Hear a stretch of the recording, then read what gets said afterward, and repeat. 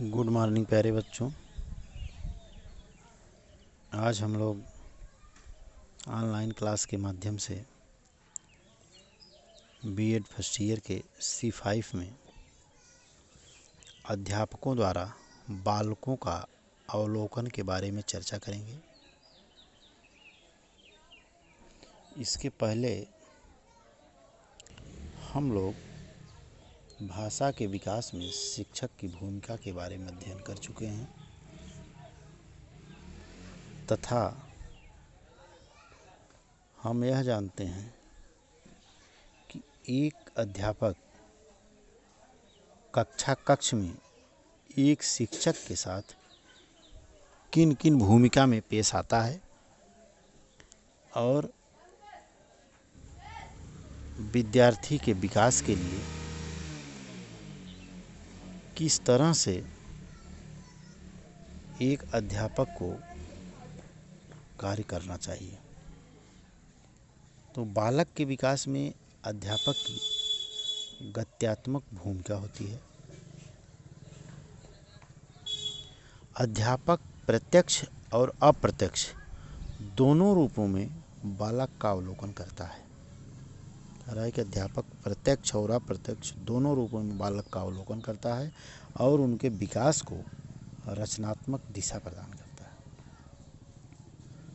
बालकों को विकास के परिप्रेक्ष्य में अध्यापकों से अपेक्षा की जाती है कि निम्न मुद्दों पर विशेष ध्यान देंगे। हालांकि यूँ तो बालक शिक्षक जो है अपने बच्चों के लिए प्रत्यक्ष और अप्रत्यक्ष दोनों रूपों में वह ध्यान देता है, दोनों तरह से उसका विकास करता है।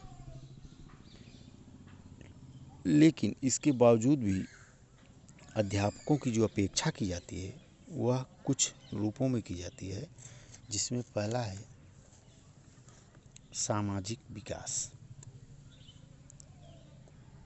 विद्यार्थियों में सामाजिक सूझ का विकास करना अध्यापकों का दायित्व है। एक अध्यापक का यह कर्तव्य है कि वह अपने विद्यार्थियों में सामाजिक विकास की भावना पैदा करे। अतः कक्षा के अंदर तथा कक्षा के बाहर विद्यार्थियों के विविध क्रियाकलापों, रुचियों, मनोवृत्तियों, आचरण, साथी समूह, सहकारी समूहों में व्यवहार आदि का अवलोकन वांछित है। सामाजिक विकास के तहत एक अध्यापक को बालक की रुचि क्या है इस पर ध्यान देने की आवश्यकता है। उसका क्रियाकलाप क्या है, मनोवृत्ति क्या है, वह आचरण कैसे करता है, साथी कौन है, उसका समूह क्या है, किसके साथ रहता है, कहाँ उठता बैठता है। इस तरह के व्यवहार का अवलोकन करना चाहिए और इसी के अनुसार बालक का सामाजिक विकास करना एक अध्यापक का उत्तरदायित्व बनता है। इस तरह बालक का सामाजिक विकास एक अध्यापक पर पूर्णतः निर्भर रहता है। अगला है नैतिक विकास। नैतिक विकास में अध्यापकों की महत्वपूर्ण भूमिका होती है। अतः विद्यार्थियों को सही और उचित दिशा में निर्देशन देने के लिए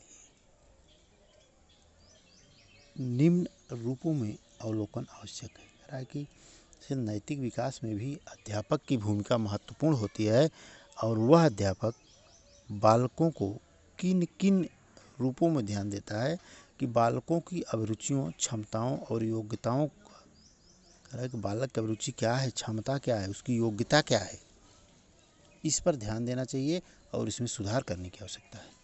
बालकों के व्यक्तित्व क्या है, व्यक्तित्व का विकास कैसे होगा, बालक को कौन सी रुचि है, किसमें रुचि है, बालक के साथियों का मीन्स बालक का साथी कौन है, सहपाठी उसका कौन है और वह किस तरह से कार्य करता है, किस तरह से उसका विकास हो रहा है, किस तरह से फैमिली से आता है, किस तरह से परिवेश से आता है और उसकी बोलचाल की भाषा क्या है और सहानुभूति, सहयोग, नेतृत्व, नैतिक मूल्यों, नियमबद्धता आदि गुणों का भी ध्यान देना आवश्यक है। बालक के प्रति एक अध्यापक की सहानुभूति होनी चाहिए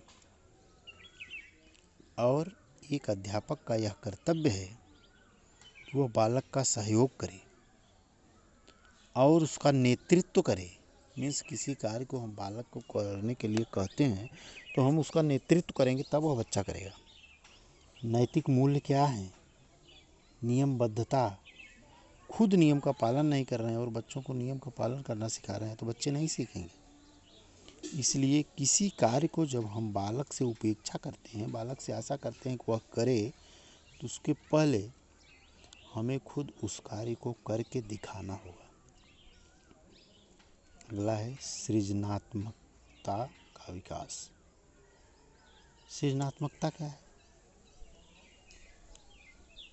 अध्यापक सृजनात्मकता के विकास में तब सफल है जब अध्यापक किसी उपाय के पूर्व विद्यार्थियों के संबंध में निम्न जानकारी प्राप्त करे। कि कोई उपाय लगाए, उसके सुधार की, सृजनात्मकता के विकास कार्य करने के लिए कोई उपाय लगाए, कोई आइडिया लगाए, इसके पहले एक अध्यापक को बालक के बारे में अच्छी तरह से जान लेना चाहिए।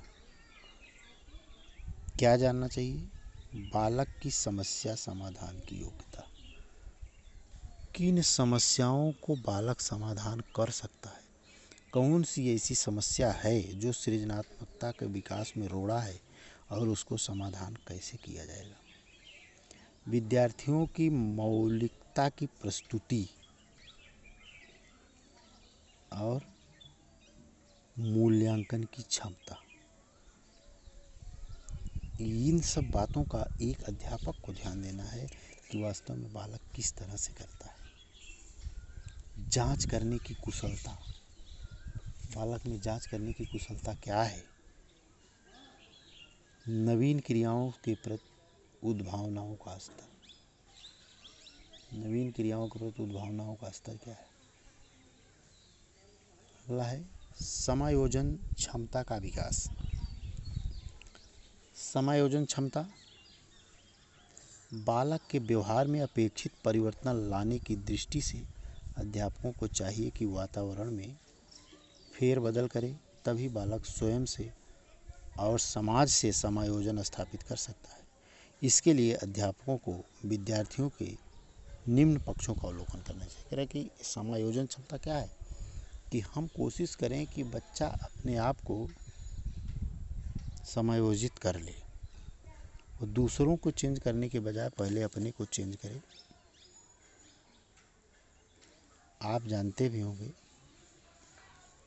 एक कहानी हम लोग कहते हैं कि कोई एक माँ किसी अपने बच्चे को लेकर के महात्मा गांधी जी के पास जाती है और वह उनसे समस्या बताती है कि मेरा बच्चा गुड़ बहुत खाता है और यह बीमार है, डॉक्टर इसको बोला है कि गुड़ नहीं खाना है, आप थोड़ा इसको समझा दीजिए। तो गांधी जी बताते हैं कि एक हफ्ते बाद आइए। वह औरत उस बच्चे को लेकर के दूसरे दिन आती है, एक हफ्ते बाद आती है। तो गांधी जी उस बच्चे से कहते हैं कि गुड़ नहीं खाना चाहिए बेटा, गुड़ मत खाया करो, और बोलते हैं कि जाओ। तो औरत आश्चर्यचकित रह जाती है कि आप यह बात कल भी बोल सकते थे। लेकिन वो एक सिद्धांतवादी पुरुष थे। उन्होंने कहा कि कल जब आया था तो मैं खुद गुड़ खाया था, इसलिए मैं इसको कैसे कह सकता था। तो उसी तरह समायोजन मीन्स खुद अध्यापक को समायोजन की क्षमता उसके अंदर विकसित करना होगा और उसको करने के लिए खुद को चेंज करना होगा और चेंज करके तब बालक की जांच परख करनी होगी। उसके पहले बालक के निम्न पक्षों का ध्यान देना होगा, जिसमें होगा कि बालक की मूलभूत आवश्यकताएं क्या हैं, निराशा की स्थिति क्या है, क्यों बालक निराश है, तनाव तथा दबावों को झेलने संबंधी सहनशीलता, वह कितना तनाव कितने दबाव को झेल सकता है, उसकी सहनशीलता कितनी है, इन सब बातों का ध्यान देना होगा। अगला है विशिष्ट बालकों के लिए। ये तो सामान्य बालक हो गए, लेकिन कुछ कक्षा में विशिष्ट बच्चे हैं। कक्षा में विशिष्ट बच्चों की सहभागिता जो है वह सुनिश्चित करने के लिए एक अध्यापक को निम्न पक्षों को ध्यान देना आवश्यक होगा, जिसमें है कि वे अपने अन्य कक्षा साथियों की तरह ही सक्रिय हैं। वे अपने अन्य कक्षा के साथियों की तरह ही सक्रिय हैं या उनसे एक्स्ट्रा हैं। वे कक्षा के वातावरण से समायोजन स्थापित करने में सफल हैं या नहीं हैं। वे शिक्षण सामग्री से लाभान्वित हो रहे हैं कि नहीं हो रहे हैं। कह रहा है कि विशिष्ट बालकों में अगर समायोजन का विकास करना है, क्षमता का विकास करना है, तो इस बात का ध्यान देना होगा कि मैं जो क्लास में पढ़ा रहा हूँ वह बच्चा उसको समझ रहा है कि नहीं, या हल्की बातों को समझ करके, हल्की बातें समझ करके वह ध्यान नहीं दे रहा है, या वह अपने साथियों के साथ सक्रिय नहीं है क्योंकि उसको वह हीन भावना से देखता है। इन सब का जब हमको नॉलेज होगा, एक अध्यापक को ज्ञान होगा, तब वह विशिष्ट बालकों में भी समायोजन की क्षमता का विकास कर पाएगा। लास्ट पॉइंट है बालकों की सुरक्षा। बालकों को विभिन्न प्रकार की परेशानियों और जोखिमों से बचाना, यह भी अध्यापक का ही कर्तव्य है। अब जोखिम समस्या क्या है? जैसे मान लीजिए अकेलापन, साथियों के नकारात्मक दबाव, यौन दुराचार, नशा, सोशल मीडिया का नकारात्मक प्रभाव इत्यादि। कह रहा है कि बालक के अंदर कुछ कुरीतियाँ आती हैं, कुविचार आते हैं, जैसे अकेलापन साथियों में है, साथियों के नकारात्मक दबाव, यौन दुराचार, नशा, सोशल मीडिया का नकारात्मक प्रभाव, इन सब से भी बचाना है। अध्यापक का दायित्व विद्यार्थी का संतुलित और सर्वांगीण विकास करना है। कहा अंत में हम कह सकते हैं कि एक अध्यापक का परम कर्तव्य है कि वह विद्यार्थी का संतुलित और सर्वांगीण विकास करे। अपने दायित्वों का कुशलतापूर्वक व सफलतापूर्वक निवारण के लिए अध्यापकों द्वारा विद्यार्थियों का अवलोकन अनिवार्य है। समय समय पर उनका अवलोकन करते ही रहना चाहिए। धन्यवाद।